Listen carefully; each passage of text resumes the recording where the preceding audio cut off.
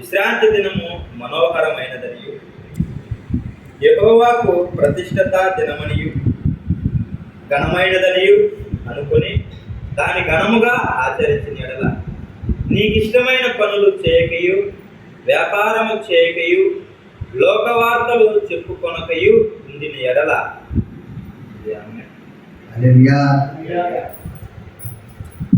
దేవుని కృపను బట్టి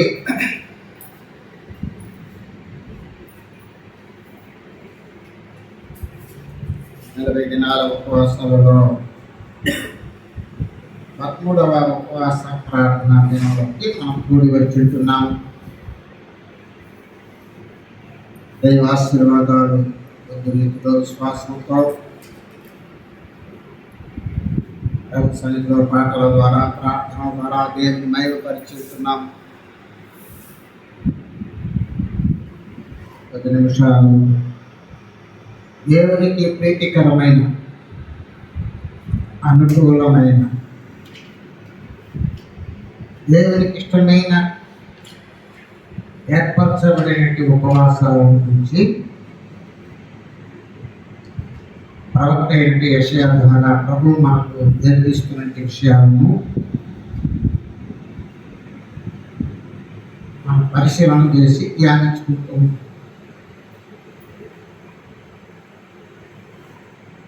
అందులో మనము 13వ వచనంలో ఉంటున్నాం. యెషయా గ్రంథాన్ని మనము 4 భాగాలుగా ధ్యానిస్తున్నాం. అందులో 4వ భాగంలో మనం వచ్చుంటున్నాం.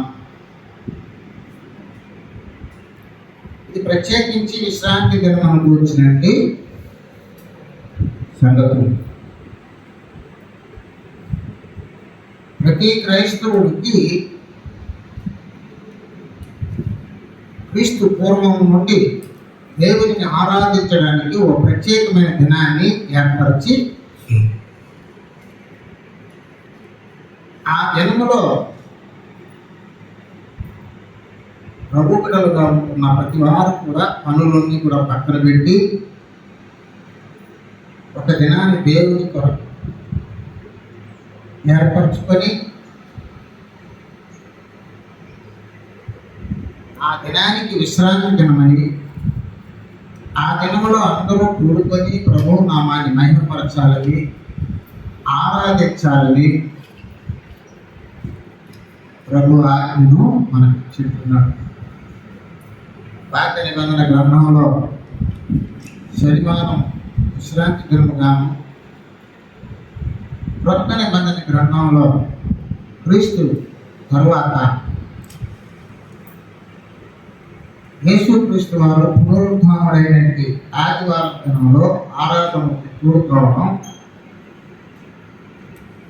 జరుగుతున్నది. అందుచేత మనము విశ్రాంతి దినముగా కొనియాడుతున్నాం ప్రభు దినాన్ని.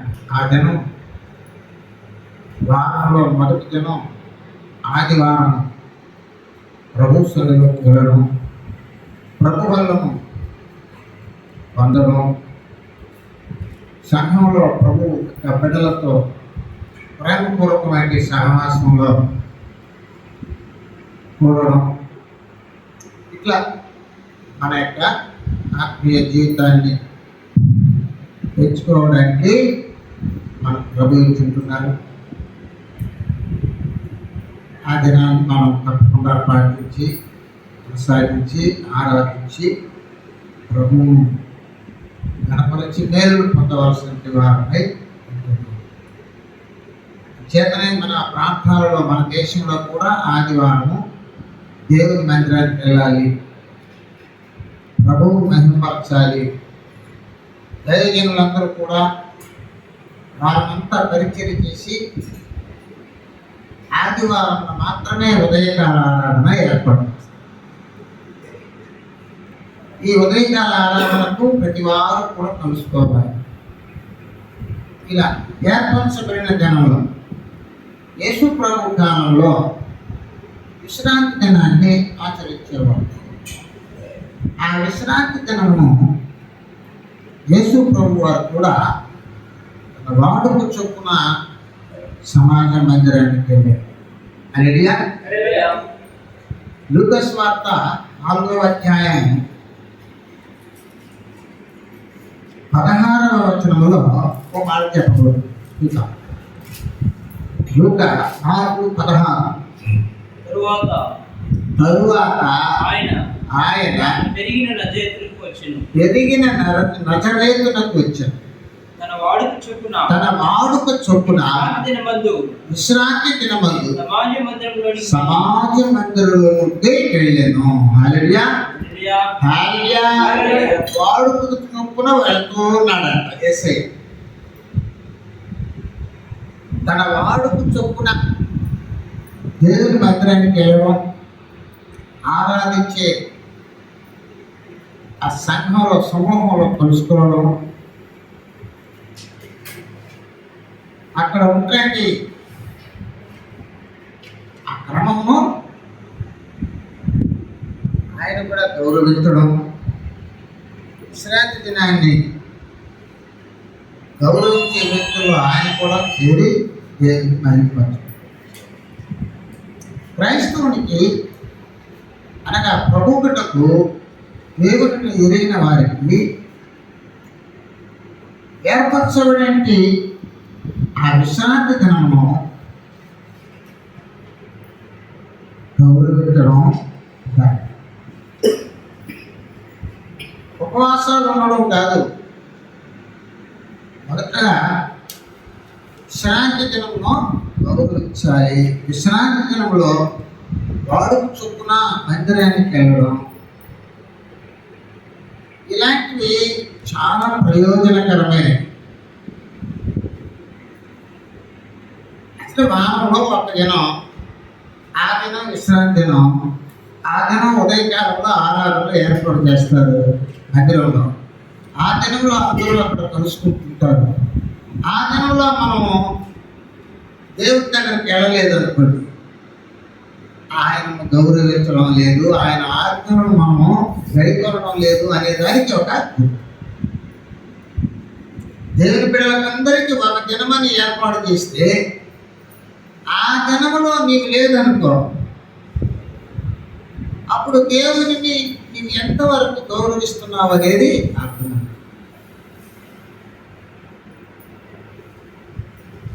ఆ దినము నీ కొరకు, నువ్వు ఆ దినం కొరకు కాదు, ఆ దినం కొరకు నిన్ను ఏర్పాటు చేయాలి. నీ కొరకు ఆ దినాన్ని పెట్టాడు, నీ పేరు కొరకు ఆ దినాన్ని పెట్టాడు. ఆ దినంలో నీవు దీవెన పొందడం కొరకు నీకు ఆ దినాన్ని పెట్టాడు. ఆ దినాన్ని ఏర్పరచుకున్నావు. దేవుణ్ణి ఆరాధించాలి, దేవుని మహిమపరచాలి, దేవుని ఘనపరచాలి. వాక్యం కూడా అలాగే చెప్తుంది. ఏమని? విశ్రాంతి దినమున వ్యాపారం చేయకుండా దేవునికి ప్రతిష్ఠిత దినమని మీకు ఇది, ఈ దినం, ఈ విశ్రాంతి దినం దేవుని కొరకు ప్రతిష్ఠించబడిన దినం, సంఘపు దినం, దేవుని దినం. 23:3 లేవియా కాండము 23:3వ వచనం చదువుదాం.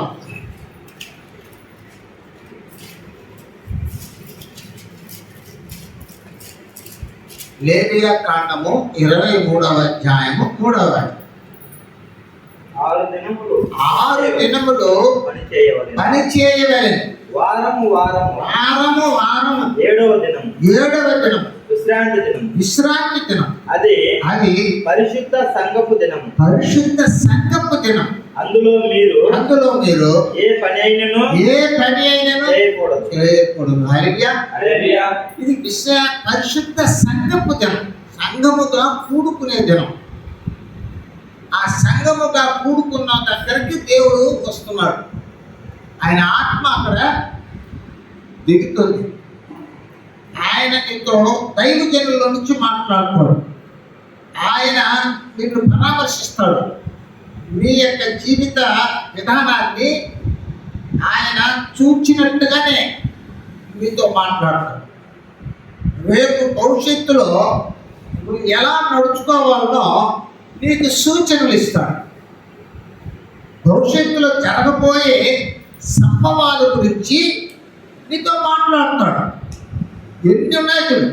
ఊరికే క్రైస్తవులంటే ఏదో పిండి కొరకో, లేకపోతే ఇంకేదో మతం కొరకో, సంఘ సభ్యత్వం కొరకో, మా మిత్రులు దేవుని బిడ్డలనే చెప్పేదాని కోసమో, ఏదో నీకు ఇష్టం కోసమో, నీ దెయ్యం వెళ్ళ పట్టుకోవడం కోసమో, రోగాలు బాగు చేసుకోవడం కోసమో, ఏదో అవసరాల కొరకు యేసు ప్రభు మందిరానికి వెళ్ళిపోయి అక్కడ అందరూ బాప్తీసం తీసుకుంటే మనం కూడా బాప్తీసం తీసుకున్నాం, అక్కడ అందరూ ప్రభు కాలంలో చేయి పెడుతుంటే మనం కూడా చేయి పెడతాం, మనం కూడా సంఘ సభ్యులం ఆడవాళ్ళం, మన యొక్క హక్కుల కొరకు, మన యొక్క అవసరాల కొరకు, మన అక్కడ పదవుల కొరకు కొట్లాటలు చేసుకుంటాం, ఆడ కొట్లాడుకుంటాం, దెబ్బలాడుకుంటాం.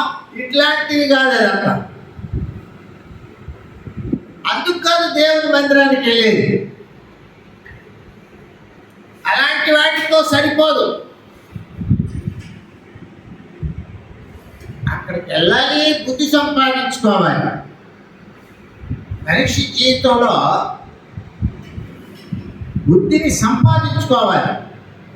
బుద్ధిహీనత ఆటోమేటిక్ వచ్చేస్తుంది. బుద్ధిమాలిన పనులు చేయడానికి నేర్చుకోవాల్సిన అవసరం లేదు. ఆటోమేటిక్గానే తన యొక్క హృదయంలో నుంచి మూఢత్వం పుట్టిపోతుంది. తినే తిండి వల్ల అలాంటివన్నీ వస్తాయి, నేచురల్గా వచ్చేస్తాయి అంటున్నాడు. స్వాభావికముగా పుడుతుంది అంటున్నారు ప్రభు వాక్యంలో. ఇలాంటి వాటన్నిటినీ సరి చేసుకోవడానికి దేవుని మందిరానికి వెళ్ళాలి. దేవుని మందిరానికి వెళ్ళకుండానే నువ్వు దేవుని బిడ్డలని ఎలా చెప్పుకోగలుగుతావు? నీ పనులన్నీ ఆడ పక్కన పెట్టమన్నాడు. ఈ పనులు అక్కడ పక్కన పెట్టు, సంఘపు దినలోకి సంఘంలోకి వెళ్ళు, సంఘంలో కనిపించాలి. నీకు కోటి పనులున్నా ఆడ పక్కన పెట్టు. నీకు ప్రాణం ఇచ్చింది ఆయన, నీకు జీవం ఇచ్చింది ఆయన, నీకు ఆరోగ్యం ఇచ్చింది, నీకు భర్తను, నీకు భార్యను, నీకు బిడ్డలను, నీకు తల్లిదండ్రులను, నీకు సమస్తమును ఇచ్చింది ఆయన. కలిగినదేది ఆయన లేకుండా కలగలేదు. అన్ని ఇచ్చిన ప్రభువు ఒక దినాన్ని ఆయన కోరుతున్నాడు. ఎందుకు ఆ దినం అంటే నిన్ను దీవించు. మేము ఆదివారం వెళ్ళాలి నా చర్చికి, ఒక వారం పోకపోతే ఏం పోయిందంట అని చెప్పుకునేంత సులకనైనది కాదది. అసలు దాని విషయమే తెలియలేదు. చాలా మందికి ప్రభు దినాన్ని కూర్చుంటే విషయం తెలియకుండా దేవుని బిడ్డలైపోతారు. కొంతమంది ఉంటారు కఠినస్తులు, వాదులాడుతూ ఉంటారు, వివాదాలకు దిగిపోతూ ఉంటారు. ఆ వాక్యం ఎట్టా, ఈ వాక్యం ఎట్టా, వాళ్ళకి ఏమో అన్నీ తెలిసిపోయినట్టుగా మరొకరితో వ్యాఖ్యలకు దిగిపోతాం. మా చర్చిలో ఇట్లా, మీ చర్చిలో ఇట్లా అని చెప్పుకునే వాళ్ళు కూడా లేకపోలేదు. క్రీస్తును విభజించి మాట్లాడతారు, వాక్యాన్ని తప్పుపట్టినట్టుగా మాట్లాడతారు. దైవ సహవాసంలోకి వెళ్ళడానికి వారికి వల్లగాక, వారికి చేతగాక ఇలాంటివి కూడా చెప్పుకుంటారు. అలాంటి వాళ్ళు ఉన్నారు. వ్యర్థ వివాదములకు దిగిపోతుంది. అయితే ప్రభువుని ఎరిగిన వ్యక్తిగా ఉన్న నీవు, ప్రభువును నేను తెలుసుకున్నాను, నేను రక్షించబడ్డా, నేను బాప్తిసం పొందుకున్నా, నేను ప్రభు వల్ల చేయబెట్టకుండా, నేను క్రిస్టియన్, నేను క్రైస్తవుని చెప్పుకోవడానికి ఇష్టపడిన నీవు, బలవంతం ఏం లేదు కదా. నేనెవరు బలవంతంగా క్రైస్తవురాలుగా జీవించమని ఎవరు చెప్పలేదు కదా.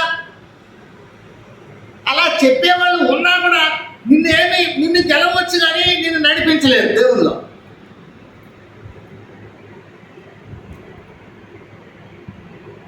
అందుచేత దేవుని ప్రభు దిన యొక్క విషయాలు తెలియకుండా, ప్రభు యొక్క దినంలోకి వెళ్ళి దేవుని దగ్గరికి వెళ్ళకుండానే ఉపవాసాలు చేస్తారు, వ్రతాలు చేస్తారు, కుటుంబంలో ప్రార్థనలు పెట్టుకుంటారు. హల్లెలూయా. ఇవన్నీ చేసి దేవుని న్యాయ విధిని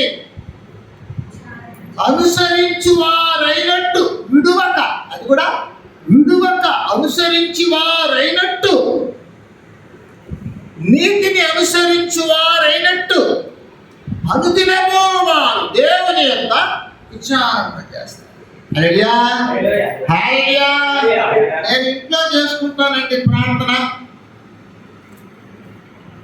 ఆదివారము నేను చర్చికి వెళ్ళలేదు, వచ్చేపు ఆరాధన చేసుకుంటేనే నాకు తృప్తి. అట్లా అక్కడ ఆజ్ఞను అతిక్రమించినావు, ఇక్కడ నీకు ఇష్టమైన పనులు చేస్తాం.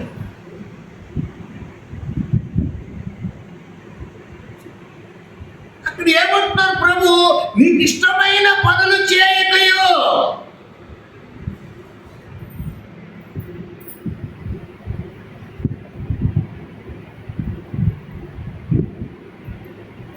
ఎప్పుడు దేవుని ఆజ్ఞను గౌరవించడం నేర్చుకుంటాము, అప్పుడు మనలో మారు మనసు పొందినామో లేదా కాదు. కొంతమంది ఉంటారు, మీరు కొండి నేను ఎట్టబోతా, మీరు అట్టబండి నడిపిస్తారు. హల్లెలూయా. యేసు ప్రభు వారు మార్కు సువార్త 10వ అధ్యాయంలో ఓ మాట చెప్తున్నాడు శిష్యులతో, చిన్న బిడ్డలను ఆటంకపరచకండి. చూసారా, ఆటంకపరిచే వాడి యొక్క పరిస్థితి తిరగటి రాయి వాడి మెడగొట్టేది మేలంట. మరొక వాక్యంలో కూడా చెప్తాను, ఆటంకం చేసేది మనమే ఆటంకం చేస్తాం, మనమే వాళ్ళని జడగొడతాం, వాళ్ళని నేర్పించవలసిన వాళ్ళము వాళ్ళని లోకంలోకి వదిలేస్తాం. భర్త కావచ్చు, బిడ్డలు కావచ్చు, భార్య కావచ్చు, అన్నదమ్ములు కావచ్చు, తల్లిదండ్రులు కావచ్చు, పర్వాలేదు సరేలేదు, ఈరోజు పోకపోయినా ఏం ఇబ్బంది లేదులే అని వీళ్ళే వాళ్ళకి తీర్పు చేశారు. కఠినంగా మాట్లాడుకుంటుంటారు.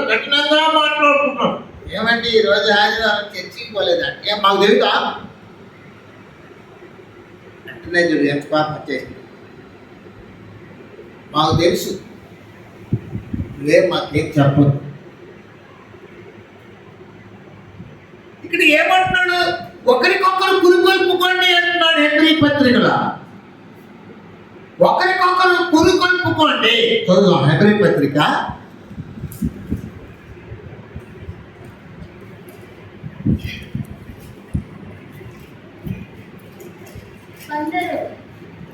10వ అధ్యాయము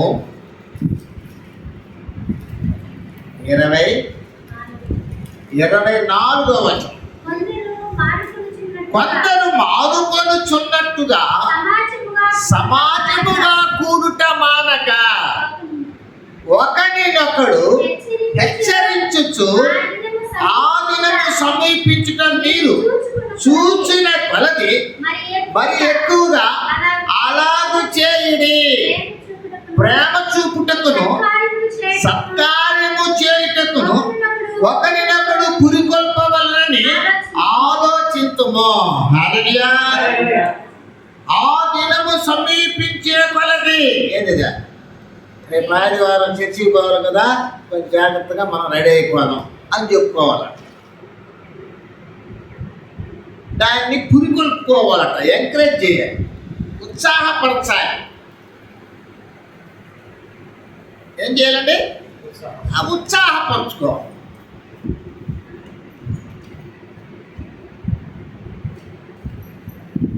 బడికి పోవాలి కదా అంట. నాకు తెలిసే కంటి మొహం పెట్టుకొని కొంతమంది అట్లా మాట్లాడు. నాకు తెలుసు బాగుండే మొక్కాన్ని ఎందుకు అట్లా చేసుకునేది.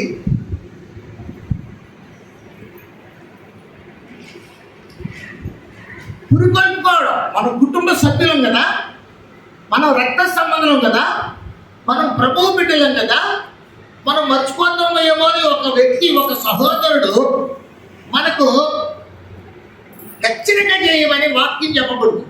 దాన్ని మనం చేసామనుకో వెంటనే అనికేస్తారు, వాపుకునేస్తారు. వీడు పెద్ద భక్తుడనే, వీడు నాకు చెప్తుంటాడు ఊరికే అన్నాడు. ప్రేమపూర్వకముగా పురికొల్పుకోవాలి. అందులో ఒక విషయం, ఒకరిని ఇన్సల్ట్ చేసేటట్టుగా, అవమానపరిచేటట్టుగా చేయకూడదు. అప్పుడు మనం ఏదో అర్చించి మనం పాడైపోయే ప్రమాదం.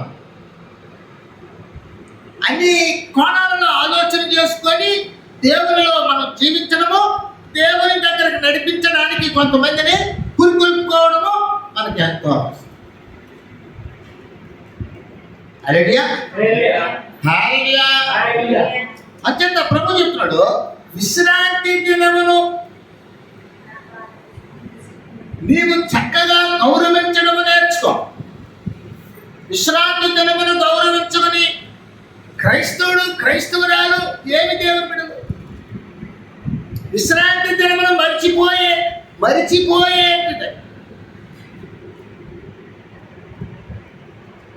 విశ్రాంతి దినములో నీకు ఎక్కువ బోధ దొరుకుతుంది. హల్లెలూయా. ఏం దొరుకుతుంది? ఆ బోధ వలన ఈ దినములో కలుసుకోవడం వల్ల ఆ దినములో తప్పించుకునేదానికి అవకాశం.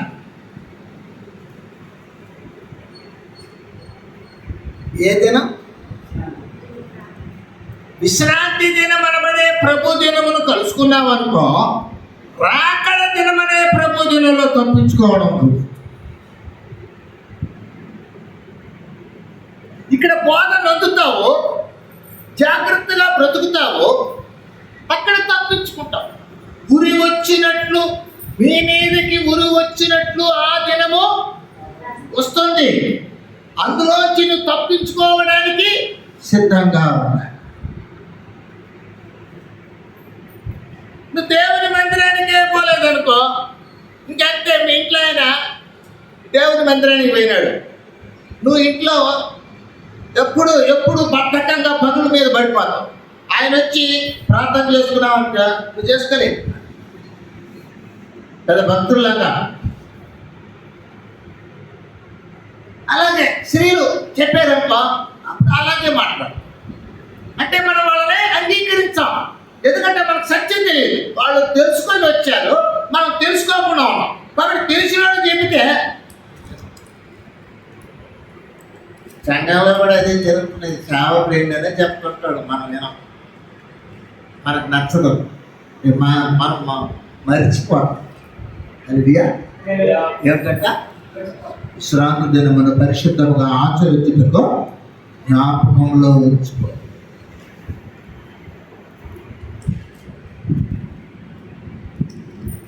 కొన్నాళ్ళు ప్రభు దగ్గరికి వెళ్తారు, కొన్నాళ్ళు ప్రభు దగ్గరికి ఎవరు నిలిచిపోతారు. కారణం ఏంటి? మర్చిపోయారు. ఎన్ని ప్రాబ్లమ్స్ ఉన్నాయి చూడండి. మంచిగా బ్రతకలేకపోకుండా ఉండే వాళ్ళకి ఎన్ని ప్రాబ్లమ్స్, ఎన్ని సమస్యలు, ఎన్ని ఆటంకాలు వాళ్ళని వాళ్ళే పాడు చేశారు. చేత యేసు ప్రభువారు శరీరధారిగా ఉన్నప్పుడు తన వాడుక చొప్పున సమాజ మందిరంలోనికి ఆయన వెళుతూ ఉన్నాడు. వాడుక ఉండాలి నీకు. హల్లెలూయా. చిన్నప్పుడు ఆయనకు 12 ఏళ్ళు వయసు కలిగిన సమయం వరకు వాళ్ళు తల్లిదండ్రులు నడిపించారు దేవుని మందిరానికి నడిపించారు. ఆ తర్వాత ఆయన వాడుక చొప్పున మందిరానికి వెళ్ళిపోతూ ఉన్నాడు. ఆయన తల్లిదండ్రులు బిడ్డలను నడిపించాలి, దేవుని దగ్గరికి నడిపించాలి, దేవుని చూపించాలి. కొంతమంది దేవుని చూపించరు, చూపార్కులు చూపిస్తారు. మృగాలను చూడండి, మృగాల్లాగా తయారైపోయింది.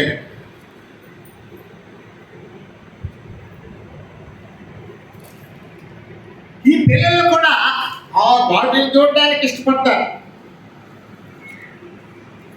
టూర్ పోతారు, ప్రకృతిని చూస్తారు, లోకంలోకి పోతారు, భవనాలు చూస్తారు, సముద్రాలు చూస్తారు, పూల తోటలను చూస్తారు. ప్రకృతి సంబంధమైనది, భౌతిక సంబంధమైనది, శరీర సంబంధమైనది మనస్సులో పడిపోతారు. అలవాటు అట్టయిపోతుంది. ఇలా అలవాటు పడవలసిన దేవుని బిడ్డ అలా అలవాటు పడిపోవడం వల్ల దేవుని మందిరానికి వెళ్ళవలసిన సమయంలో స్కూల్కి వెళ్తాం అనుకో, అప్పుడు క్రికెట్, చెస్,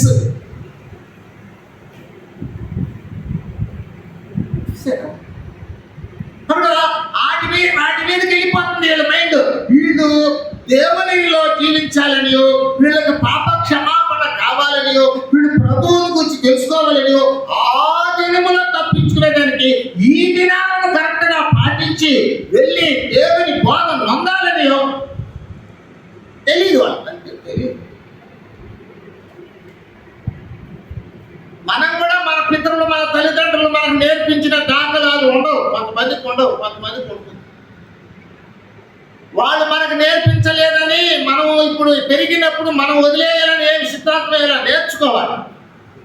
అప్పట్లో మన పితరులు, పెద్దవాళ్ళు సరిగ్గా కూడా ఒంటి నిండా ఈ విధముగా బట్టలు వేసుకునేది తెలీదు, కొద్ది కొద్దిగా వేసి పెట్టుకుంటాం. నాకు తెలిసి అప్పట్లో విలేజ్లో ఏం చేస్తున్నాడు, దోసి కట్టుకొని బాగా ఆయన పురుషుడా వీధిలోనే నీళ్ళు పోసుకుంటాం.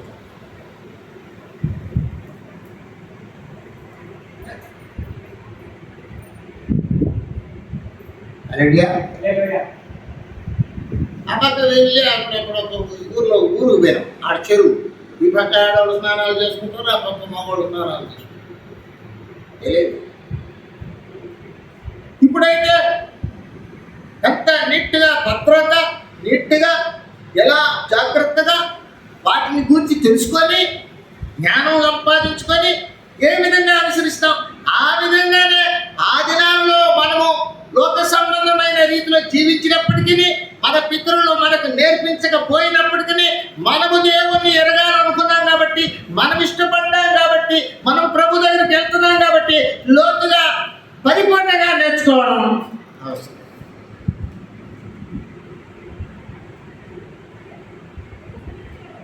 ప్రతి ఆదివారం చర్చికి వెళ్ళాలని ఉండదా? అట్టంతా ఉండవు. కొన్ని ఆ విధంగా ఉండవు. జీవితాన్ని మార్చుకో అంటారు. జీవితాన్ని మార్చుకోవాలి. ఎలా మార్చుకోవాలనేది దైవ సేవకులు తెలియపరుస్తారు. అంచేత ఉపవాసాలతో ఉండేటి వ్యక్తి మాత్రంగానే మిగిలిపోకుండా దేవుని రాజ్యం వెళ్ళడానికి అవసరమైనవి బోధనందే జనముగా ఉన్న ప్రభు దినంలో నువ్వు దేవుని మందిరానికి వెళ్ళాలి. నువ్వు వెళ్ళాలి, నీ భర్త వెళ్ళాలి, నీ బిడ్డలు వెళ్ళాలి, నీ తల్లిదండ్రులు వెళ్ళాలి, ముసలోళ్ళు వెళ్ళాలి, అందరి పిల్లలతో సహా దేవుని దగ్గరికి వెళ్ళి హాజరవ్వాలి.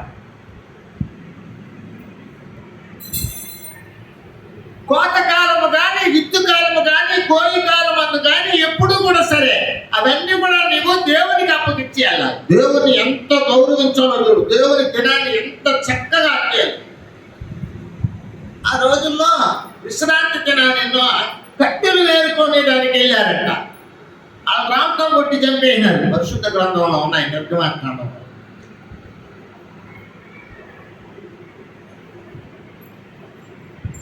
రెడీయా? ఈ విధముగా ధర్మశాస్త్రంలో ఏం చెప్పమంటే కట్టెలు ఏరుకున్న వాళ్ళనే పట్టుకొని వచ్చి ఏం చేశారు? ఐడియా ఒకసారి చూద్దాం. సంఖ్య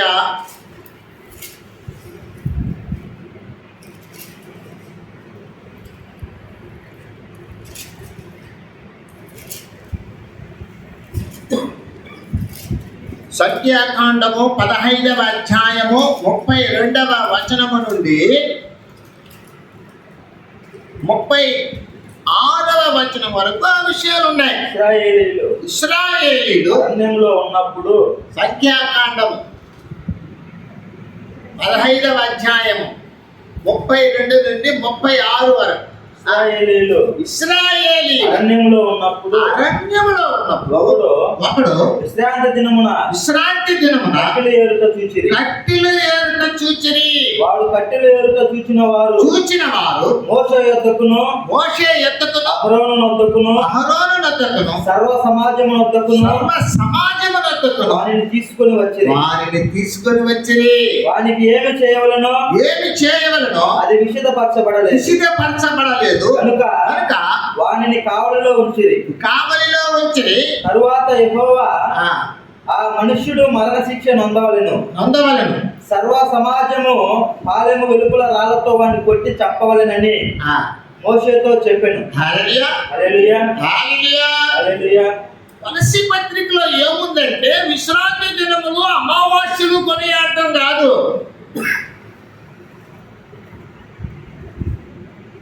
పౌలు గారు ఏం నేర్పిస్తున్నారు? అప్పుడు యూదులు నామకార్థపు ఆ దేవుని బిడ్డలుగా ఏం చేసేవాళ్ళంటే విశ్రాంతి దినాన్ని పోయి శనివారం పోయేది, దాన్ని అమావాస్య దిన పండుగలు చేసేది. దేవతారాధన ఎందుకు ఇచ్చగలిగి ఉండేది అని కొలస్సీ పత్రికలో చెప్తున్నాడు ఆయన. ఇక్కడ విశ్రాంతి దినములోకి వెళ్ళకపోవడం వల్ల వాళ్ళని ఏం చేశారంట? రాళ్లతో కొట్టి చంపడానికి సిద్ధపడ్డారు. అక్కడ దేవుడే చెప్పేశాడు చంపేయండి అంటే అర్థం ఏంటంటే ఆయన ఇచ్చిన ఆజ్ఞ ప్రకారం దేవుణ్ణి ఆరాధించక దేవుణ్ణి మరిచిపోయి శరీర సంబంధమైన వాటిని మరి అనుసరించడానికి సంపాదించుకోవడానికి వెళ్ళాడని దేవుని కోపం వచ్చి అలా చేశాడు. హల్లెలూయా. సంపాదించుకోకూడదా చెప్పండి? కట్లు ఏరుకోకూడదా? ఇంటికి కట్లు అవసరం కదా, భోజనాలు చేసుకోవాలి కదా, నీళ్లు కారబెట్టుకోవాలి కదా, కట్టెలు కావాలి. అయితే కట్టెలు ఏరుకోకూడదని కాదు అక్కడ, ఆ దినమున ఏరుకోకూడదు. 6 దినాలు పని చేసుకో, 6 దినాలు నీ కుటుంబానికి సంబంధించినవన్నీ సమకూర్చుకో. 7వ దినం దేవుని దినం, ప్రతిష్ట దినం. ఇక్కడ ఏమన్నారు? నాకు ప్రతిష్ఠితమైన దినమని నీవు ఊరకుండిన ఎడలా. అక్కడ ఏమని చెప్పారు? ఏమి 23:3లో ఏమన్నారు? ఇది పరిశుద్ధ సంఘపు దినము. ఇక్కడ ఏమన్నారు? దేవుని దినము. అక్కడ ఏమన్నారు? పరిశుద్ధ సంఘపు దినము.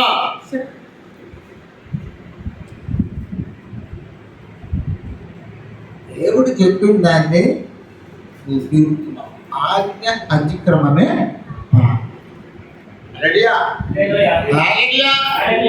అందుచేత ప్రభువు చెప్తున్నాడు, కొలస్సీ పత్రికలో చెప్తున్నారు, నువ్వు విశ్రాంతి దినాన్ని నామకార్థంగా కొనసాగించేసి అటు పోయేసి వచ్చేసి అంత మాత్రాన్ని ఏమి లాభం లేదు.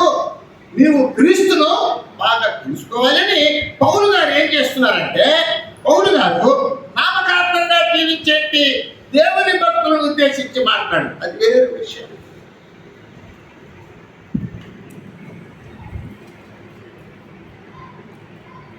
ఇక్కడ చెప్తున్నది ఏం చెప్తున్నాడు?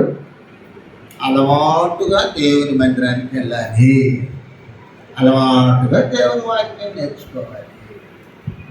ఈ దినాన్ని ఎందుకు పెట్టాడంటే ఆ దినములో తప్పించుకోవడానికి. హల్లెలూయా. ఏ దినంలో? అది ఏం దినం? అది ప్రభు దినం. హల్లెలూయా. యేసయ్య ఆ విశ్రాంతి దినములోకి వెళ్ళి ఏమి ప్రసంగం చేశాడు? అలవాటు చొప్పున ఏంటంట? ఎలా పోయినాడైనా వాడుక చొప్పున దేవుని మందిరానికి వెళ్ళి ఆయన దేవుణ్ణి సేవిస్తున్నాడు. అందులో ఆయనకు ఏం చెప్తున్నారంటే వాక్యాన్ని చదివే అవకాశం ఇచ్చారు, వాక్యాన్ని బోధించే అవకాశం ఇచ్చారు. అప్పుడు ఆయన ఏమి వాక్యము చదివి ఏమి బోధిస్తున్నాడంటే ప్రతిదండన దినం. అక్కడ చెప్పలేదు, 61వ యెషయా గ్రంథంలో ఉంది. హితవస్త్రమును ప్రకటించడానికిను అని చెప్పాడు. హల్లెలూయా, హల్లెలూయా. అయితే ఆ విషయాన్ని అక్కడ ఉంచినప్పటికీ కూడా లూకా 21లో మాత్రం స్పష్టంగా చెప్పాడు. 35, 36 వచనాలు చూద్దాం. లూకా సువార్త. ఆ దినము భూమి అంతటా నివసించు వారికి ఆ, అకస్మాత్తుగా వచ్చిన హల్లెలూయా, హల్లెలూయా. ఇంకో దగ్గర చెప్పాడు, ప్రభు జనము వచ్చును. ఈ దినంలోకి పోయినప్పుడు ఆ దినాన్ని గుర్తు చేయడానికి అక్కడ కూడుకుంటారు. దేవుడు అక్కడికి వస్తాడు, ఆ దినాన్ని గుర్తు చెప్తాడు. ఏ దినం అది? ప్రతి దిండన దినం. ఇది ఏమి దినం? ప్రభువును ఆరాధించి దినం. ఇక్కడ ఏం చేస్తారు? బోధను పొందుతారు. అక్కడ ఏం జరుగుతుంది? బోధానుసారంగా బ్రతకని వాళ్ళకి దండన శిక్షలు. అవునా కదా? అది నీకు తెలియకుండా ఉంటే ఎట్లా? అది నువ్వు తెలుసుకోవాలన్నా ఇంకా భారం బాధ్యత నీకు ఉండాలి కదా. నీ ఇష్టానుసారంగా నువ్వు బ్రతకడానికి కారణం ఏంటంటే ఆ దినములోకి వెళ్ళకపోవడము, ఆ దినంలో వెళ్ళినా దానిని సరిగా ఉపయోగించు. కీర్తనలు 42 4వ వచనంలో ఏం చెప్తున్నాడో చూద్దాం. కీర్తన గ్రంథకర్త జన సమూహముతో పండుగ చేయుచున్న సమూహముతో నేను వెళ్ళిన సంగతి సంతోషము కలిగి ఆ, స్తోత్రములు చెల్లించుచు నేను దేవుని మందిరమునకు వారిని నడిపించిన సంగతిని జ్ఞాపకం చేసుకున్నాను. హల్లెలూయా. ఏం జన్మంటది? చెప్పండి.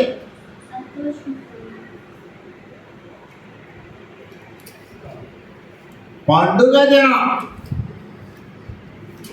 ఏం దినం? ఆదివారం అంటే ఏం దినం? పండుగ దినం. సరే, పండుగ అంటే ఏంటి? మొక్కడం, దేవుని మొక్కే దినం అది. ఆ దినం నువ్వు దేవుని మొక్కకుండా లోకంలో తిరుగుతూ ఉంటే నువ్వేం గౌరవించినావు దేవుణ్ణి? ఎంత గౌరవించినావంటే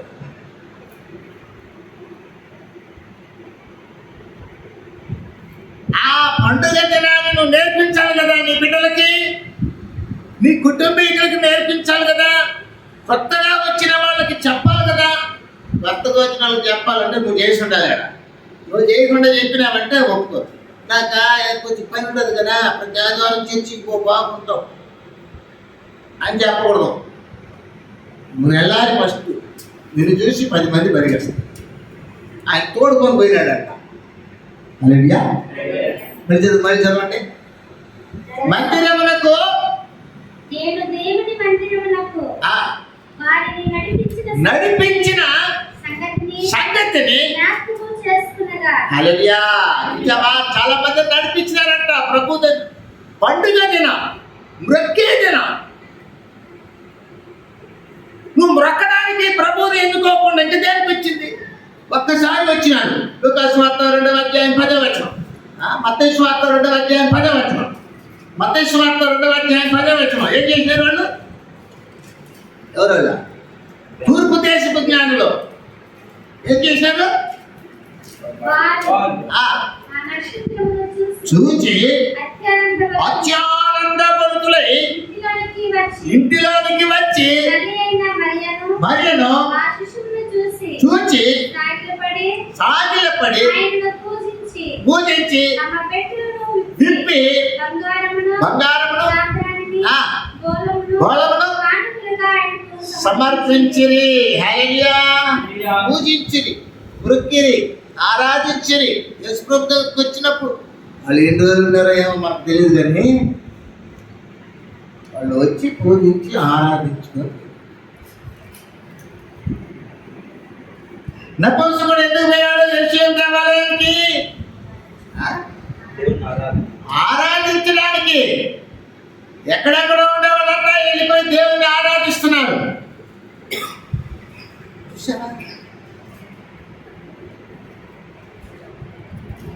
విశ్రాంతి దినమున దేవుని మందిరానికి నడవదగినంత దూరం ఉన్నవాడు వెళ్ళరప్ప. ఆ దగ్గర నడిచిపోయేదాన్ని కూడా మళ్ళీ లేదా ఆయన్ని వదలను, గట్టిగా పట్టుకుంటా. ఆ సంఘం వాళ్ళు సరైన వాళ్ళు కాదు. ఆ పాస్టర్ కూడా అటెంటోడు ఇట్టంటాడు. చెప్పుకో దేవునికి స్తోత్రం.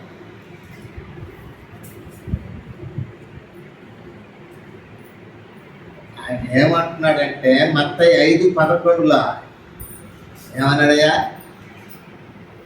నా నిమిత్తము ఆ, జనులు మిమ్మల్ని నిందించి హింసించి నీ మీద అబద్ధముగా చెడ్డ చెడ్డ మాటలు పలుకున్నప్పుడు మీరు ధన్యులు. ఎందుకంటే చేశారు? ఎంత వాక్యం ఉంది. సంతోషించి సంతోషించి ఆనందించుడి. ఆనందించి పరలోకమందు నీ ఫలము అధికమగును. ఇలాగున వారు మీకు పూర్వము పూర్వం ఉండిన ప్రవక్తలు కూడా అట్లా చేసిరి. హల్లెలూయా. నిలబడి లేకపోతే ఇంకా నిలబడతాను చెప్పా. ఏసై మీదే అబద్ధాలు చెప్పిన వాళ్ళు ఉన్నారు. ఏం చేసినాడు దేవుడే. ఇప్పుడు కూడా ఉన్నారంటే క్రైస్తవులు భక్తులు కూడా చెప్పేస్తుంటారు. తెలుసా? ఏం చేసినాడు దేవుడు? ఒక్క పని కాలేదని. ఎందుకు తెలిసిన మాట్లాడతారు? దేవుని మందిరం దగ్గరికి వెళ్ళినప్పుడు బోధ సరిగ్గా వినడాలా తెలీదు. ఎక్స్పీరియన్స్ ఉంటుంది, వెళ్ళినట్టుగానే లెక్క ఉంటుంది, కానీ బోధ వినినట్టుగా నడవడికలు ఉండవు. తప్పుడు జీవిత విధానాలతో జీవించి లోకాన్ని మోసం చేస్తారు. భక్తి పరులు అనుకున్నట్టు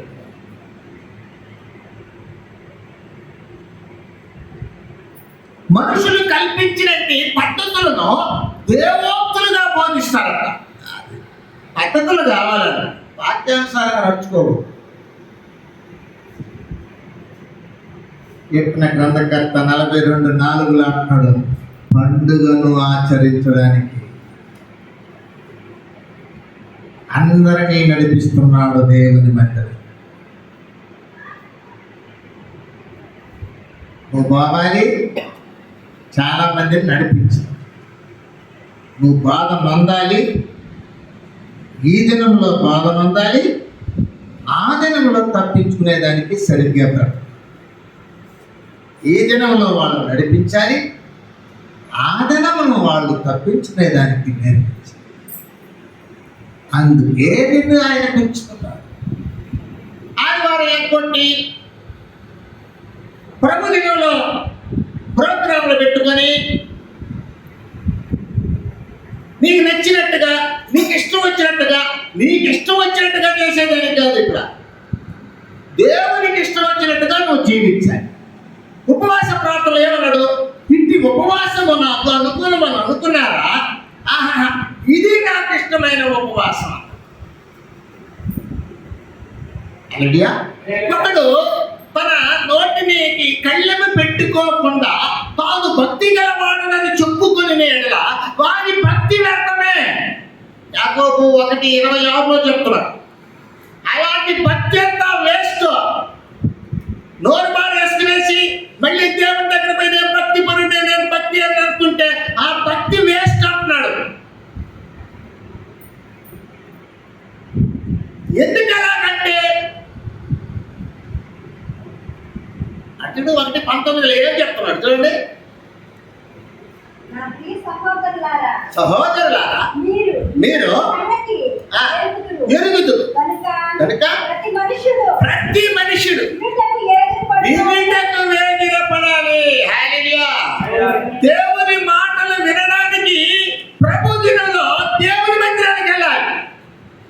వినుటకు వేగిరపడాలి. మాటలాడుటకు నిదానించాలి. కుయుక్తి మాటలు నేర్చుకోకూడదు. దరిద్రం అదే, శాపం అది. కుయుక్తి మాటలతో, కుట్రల మాటలతో, అవమానపరిచే మాటలతో, కత్తి లాంటి మాటలతో, ఆ మాటలంతా వేస్ట్.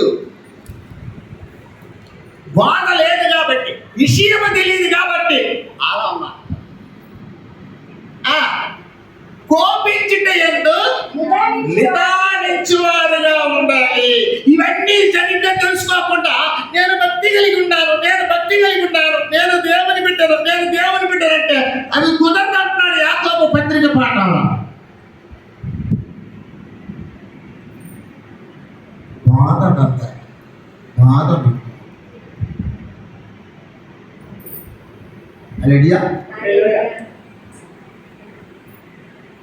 బోధ లేకపోతే జీవితం వేస్ట్. 43వ కీర్తన 4వ వచనంలోకి వెళ్దాం. 43వ కీర్తన 4. అప్పుడు అప్పుడు నేను దేవుని బలిపీఠమునొద్దకు నేను దేవుని బలిపీఠమునొద్దకు నాకు నాకు ఆనంద సంతోషములు ఆనంద సంతోషములు కలుగుచేయు కలుగు చేయు దేవుని యొద్దకు చేరుదును. హల్లెలూయా. తెలియబోవాలి దేవుడికి సంతోషానందాలు నీకు ఇచ్చేది ఆయనే.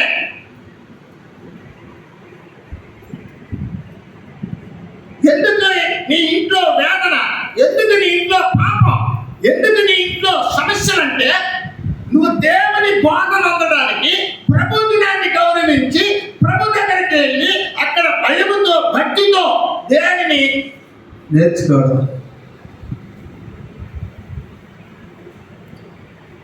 సంతోషానందాలు పొందుదువు.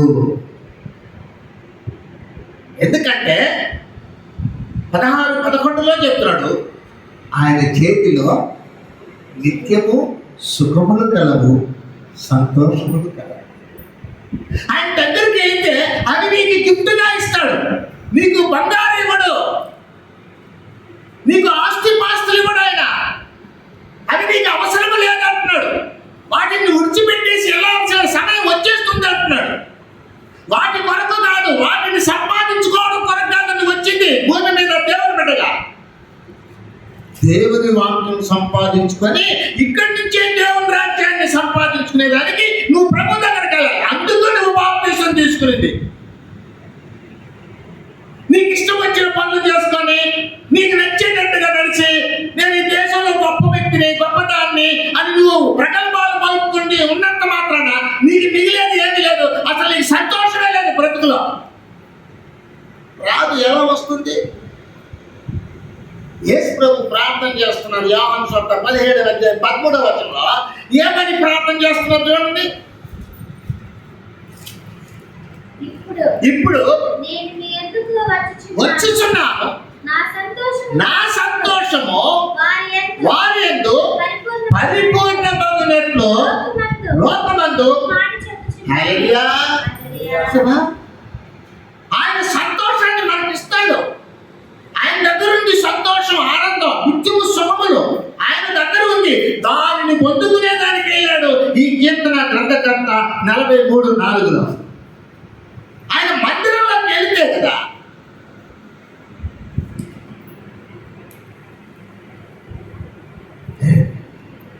చాలా మంది దానిని నిర్లక్ష్యం చేస్తున్నారు, గౌరవించడం లేదు. రెడీయా? డిమాండ్ ఎక్కువైంది విశ్వాసులకి. ఏంటి చెప్పండి చెప్పండి. డిమాండ్. కాబట్టి పాస్టర్ ఏం చేస్తున్నాడు? సత్యరాజు పాస్టర్ రోజు మాత్రం వాళ్ళ ఇంటికి రండి అయ్యా, రేపు రండి ఆదివారమా, రేపు రండి ఆదివారం అంట. సార్ ఏమనుకోబాక, వచ్చి ఆదివారం వచ్చేస్తాం కరెక్ట్గా అంటారు వాళ్ళు.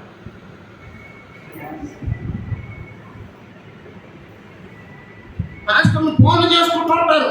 ఏం చేసుకుంటారు? ఫోన్లు చేసి మా రండి అని అనుకో, పాస్టర్ ఫోన్ చేస్తాడబ్బా, వస్తానేస్తాడు.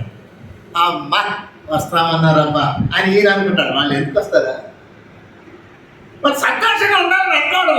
వాళ్ళు దేవుని మొక్కాలని లేదు వాళ్ళకి. వాళ్ళు దేశాన్ని, లోకాన్ని, ధనాన్ని మొక్కేవాళ్ళు, జనాన్ని మొక్కేవాళ్ళు.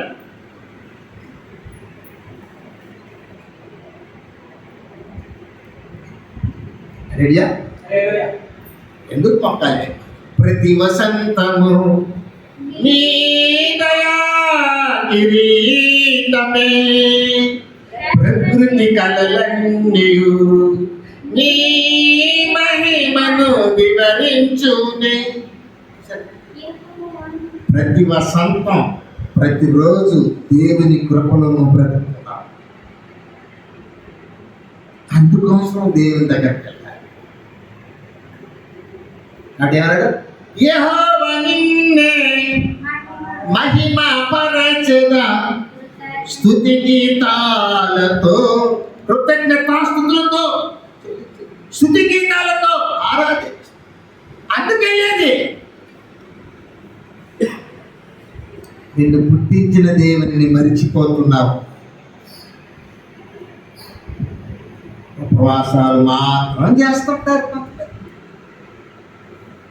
నేను 50 రోజులు ఉపవాసం ఉన్నాను, నేను ఉపవాసం ఉంటే నా దేవుడు వినేస్తాడు. వింటాడు.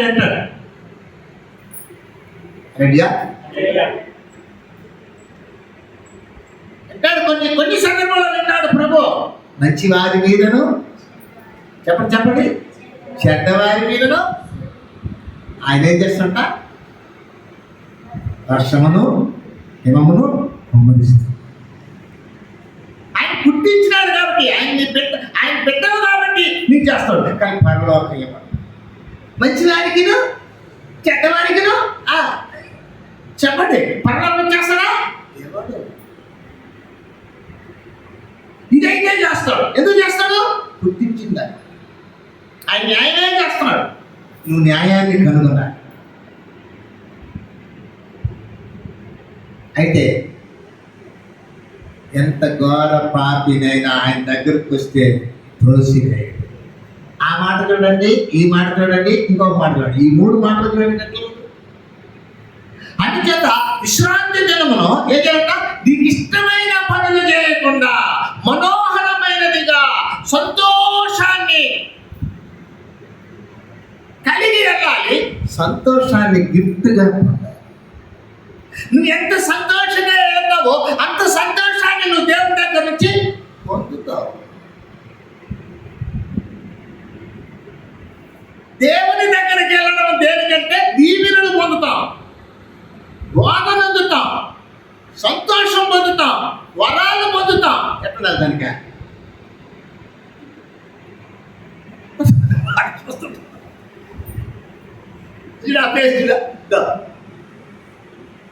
ఏందో మధ్యంతో కోట్లు పోయినట్టు.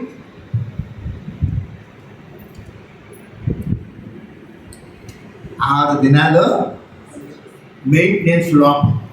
కొంతమందికి మెయింటెనెన్స్ లోపం. 6 దినాలు పని చేసుకో, ఆ డబ్బుతో బతుకో. ఆ రోజు 7వ దినం పని చేయబోతు, దేవునికి అప్పగించు, లేదా దేవుడు చూసుకుంటాడు కదా. అంత ఫ్రీగా నమ్మకూడదు అన్నమాట. పాకపోతే ఎంత ఈ అప్పులన్నీ ఎవరు కడతావా? సరే, ఆ పాస్టర్లు అన్నీ చెప్తారులే కొంతమంది డైలాగ్. మీరు పట్టి నేను రాను, నేను ఏంటే ఉంటా.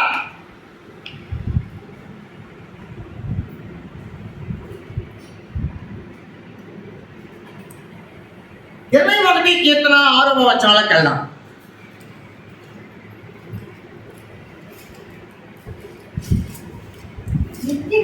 నిత్యము ఆశీర్వాదకారకుడుగా ఉండినట్లు హల్లెలూయా, హల్లెలూయా. ఆశీర్వాదకారకుడు అయిపోతావు నువ్వు. కొత్త ఆశీర్వాదాలు ఉచితంగా వస్తాయి. ఆయన పోయినాడు, ఆడేం చేస్తున్నాడు? ఈయన పాత్రది. వాడికి 1.5 అయిపోయింది, వాడి బాధ అది. ఈమె బాధ అంటే ఈడేం పోయి చేస్తున్నాడు, ఈయన బాధ. ఈ బాధలతోనే ఉన్నది.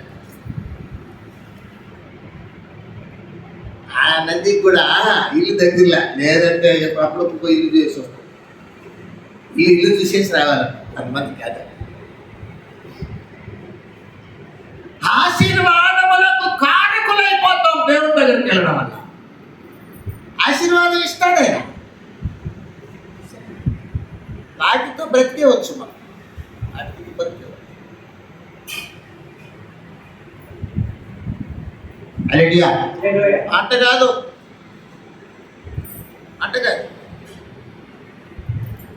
గురు పూజ ఏంటది? తింటాడు పెట్టా వాళ్ళు గురువులు ముచ్చేసే బాధ వచ్చేస్తుందా? ఏడ చెప్పలేదు. పెళ్లి చేసుకుంటే ఏకంగా కాళ్ళ మీద పడిపోతాం. వచ్చేసిందా? మళ్ళీ ఎత్తికెట్టి అయిపోయిందా?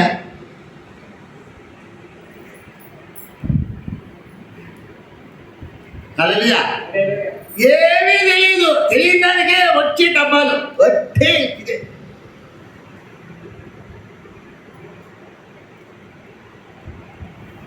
మోసకారి భార్యలు, మోసకారి భర్తలు, మోసకారి తల్లిదండ్రులు, మోసకారి బిడ్డలు ఉంటారు, పిల్లలు ఉంటారు. ఏమర్చేస్తుంటారు, వాళ్ళు ఏమర్చేస్తుంటారు అంతే. ఎందుకు ఏమారుస్తున్నాం తెలుసా? తెలియదు. ఆ విషయం ఇవన్నీ ఎక్కడ నేర్పిస్తాం తెలుసా?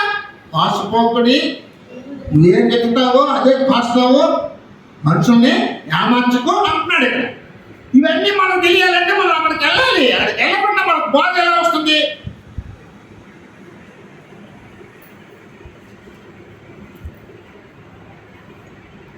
కాబట్టి ఆశీర్వాదానికి కారకులవుతాం. 45:7 వెళ్దాం, ముగిద్దాం.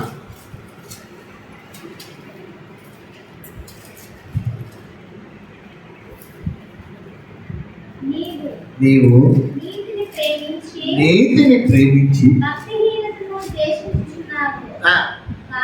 కావున దేవుడు నీ దేవుడే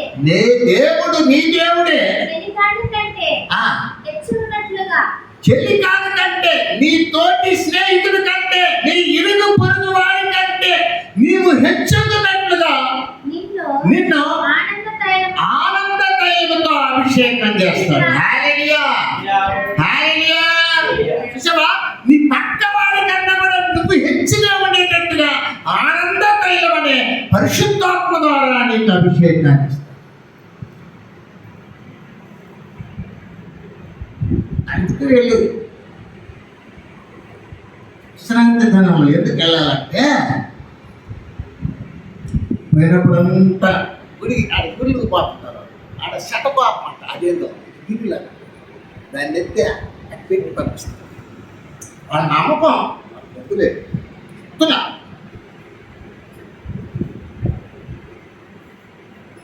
ఇక్కడ ఆరాధనలోకి వచ్చినప్పుడు దేవుని ఆత్మ అక్కడ దిగుతుంది.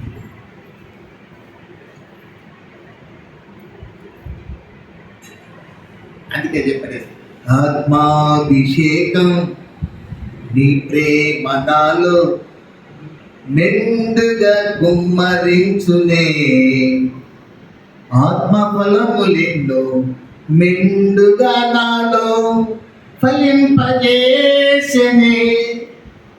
అంటే దాని అర్థం తెలుసుకోవాలి. మొదట అర్థం తెలుసుకోవాలంటే వాడేసుకుంటారు.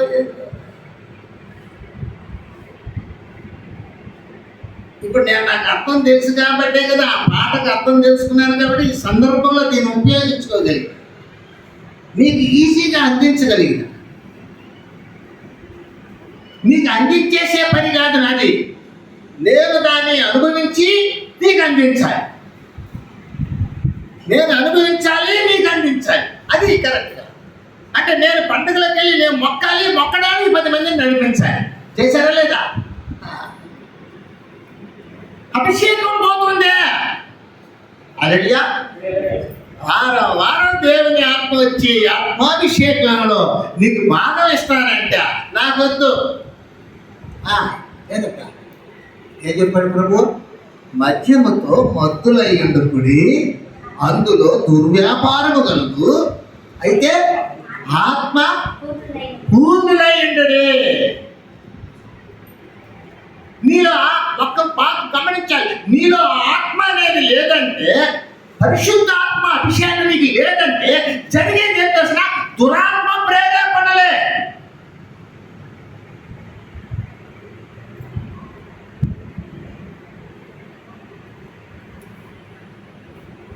అందుకోసం వారం దేవుని దగ్గరికి వెళ్ళేదంట, వారం ఆరాధన చేసేదంట, వారం అభిషేకం పొందుకునేది. మంచిదే కదా.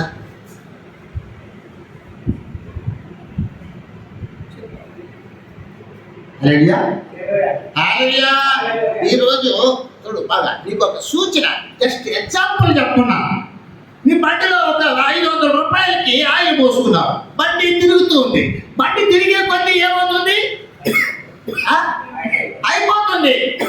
అదేమవుతుంది? పూర్తిగా అయిపోతే ఏమవుతుంది? బండి ఆడ నిలబడుతుంది. బరిగొట్టు మోసుకొచ్చి మోసుకుని రావాలి. ఈ సెల్ల తీరిపోతుంది తోచిన బట్టి. అది ఎంత మనకు అనుకోవాలి వల్ల మన ఆత్మీయమైనది ఈ బట్టి మన ఆత్మీయంగా ప్రయాణం చేసేవాళ్ళం మనకేముండదు తెలిసిన ఆత్మాభిషేకం అనే ఆయన మనలో ఉంటాడు. దాన్ని అన్నాడు, నూనెతో నా తల అంటి ఉన్నావు, నా గిన్నె నిండి పొర్లు. అలెగ్యా కృపాక్షేమములే నా వెంట చిరకాలము యెహోవా మందిరములో నేను నిలుస్తాను. అలెగ్యా ఆ అనుభవాలు ఆయన దగ్గర ఉన్నాయి.